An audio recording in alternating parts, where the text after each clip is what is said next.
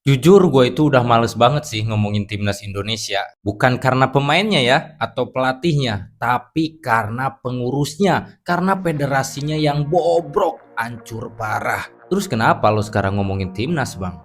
Ya sekarang seperti ada harapan baru, seperti rumor yang beredar, katanya nih ya, John Hedman bakalan menjadi kandidat kuat mengisi kekosongan kepala pelatih di timnas Indonesia. Makanya di video ini gua akan mengenal lebih dekat John Hedman. Simak videonya, jangan di skip biar tidak gagal paham.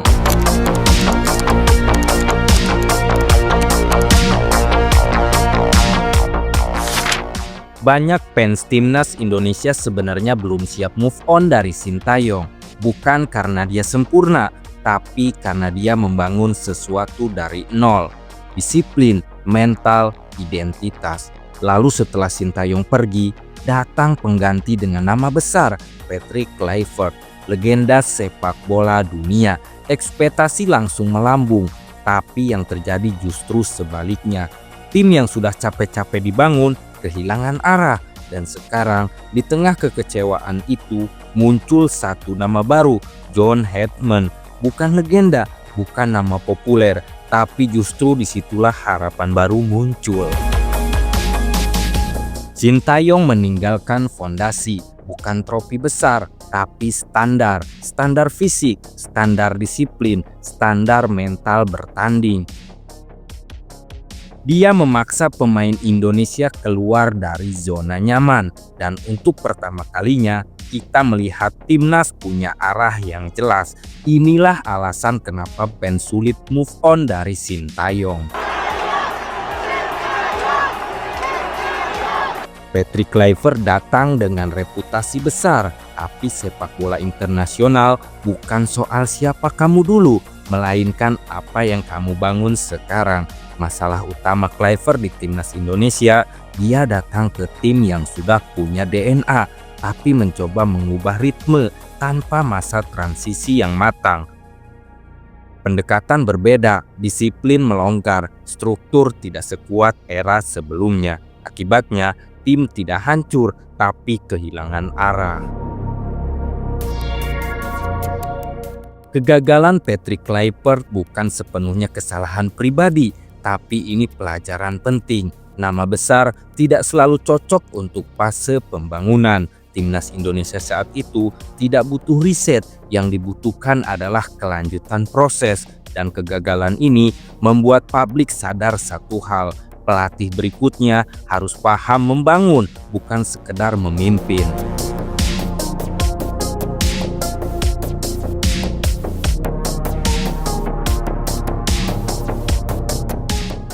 Mari kita jujur, kalau kita bicara kegagalan timnas Indonesia, jangan selalu lempar semua kesalahan ke pelatih. Karena ada satu masalah besar yang terus berulang dari dulu sampai sekarang, yaitu federasi PSSI. Pergantian pelatih yang tidak konsisten, keputusan yang reaktif, dan visi jangka panjang yang seringkali tidak jelas. Sintayong membangun fondasi dengan susah payah, tapi ketika pergantian terjadi, PSSI tidak menyiapkan transisi yang matang. Patrick Kluivert datang tanpa ekosistem yang siap, tidak ada kesinambungan filosofi, tidak ada arah besar yang dijaga. Seolah-olah setiap pelatih baru harus mulai dari nol. Ini bukan masalah satu orang, ini masalah sistem. PSSI sering terlihat terlalu cepat mengambil keputusan, terlalu mudah tergoda nama besar, dan terlalu lambat belajar dari kesalahan. Akibatnya, timnas Indonesia selalu berada di fase transisi, baru mulai stabil, lalu di-reset lagi. Dan yang paling dirugikan adalah pemain. Mereka dipaksa terus beradaptasi tanpa kepastian arah. Kalau John Hedman benar datang, dia tidak hanya diuji sebagai pelatih, dia juga diuji oleh lingkungan federasi. Karena sehebat apapun pelatih, kalau federasinya tidak konsisten, hasilnya akan setengah-setengah. Dan ini yang harus disadari PSSI. Pelatih bukan pesulap, tidak ada hasil instan kalau fondasi organisasi rapuh. Kalau PSSI masih reaktif terhadap tekanan publik, tidak punya peta jalan jangka panjang, dan hanya berganti figur tanpa memperbaiki sistem, maka siapapun pelatihnya akan berakhir sama. Sintayong sudah membuktikan proses itu mungkin. Patrick Kluivert membuktikan nama besar tidak cukup, dan John Herdman jika datang akan menjadi ujian terbesar PSSI. Apakah federasi ini sudah belajar atau hanya mengulang kesalahan dengan wajah baru? Di tengah kekecewaan publik, nama John Herdman muncul, tidak meledak, tidak sensasional, tapi justru terdengar masuk akal. Karena Herdman dikenal sebagai pelatih yang spesialis membangun tim nasional. Dan sebelum menilai cocok atau tidak, kita harus mengenalnya lebih dekat. John Herdman lahir di Inggris, dia bukan mantan pemain top. Karirnya dibangun dari dunia kepelatihan dan pengembangan.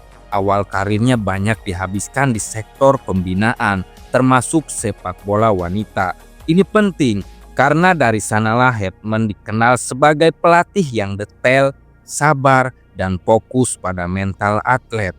Dia tidak besar karena klub elit, tapi karena proyek jangka panjang. Mari bicara fakta. Prestasi John Herdman bersama Kanada membawa timnas wanita Kanada menjadi kekuatan dunia dan meraih medali perunggu Olimpiade 2012. Tampil konsisten di level internasional meski minim tradisi. Beralih menangani timnas pria Kanada dan mencatat sejarah besar. Kanada lolos ke Piala Dunia 2022, bahkan menjadi pemuncak klasemen kualifikasi CONCACAF. Mengungguli tim-tim mapan, ini bukan prestasi instan, ini hasil proses bertahun-tahun. Dan ini yang membuat Herdman berbeda dari sekedar pelatih nama besar. Herdman bukan Sintayong dan dia tidak harus menjadi itu, tapi mereka punya satu kesamaan penting. Keduanya membangun dari bawah, keduanya menekankan disiplin, keduanya percaya proses. Jika Herdman datang, tugasnya bukan menghapus era Sintayong, melainkan menyempurnakannya. Timnas Indonesia sudah belajar dari masa lalu.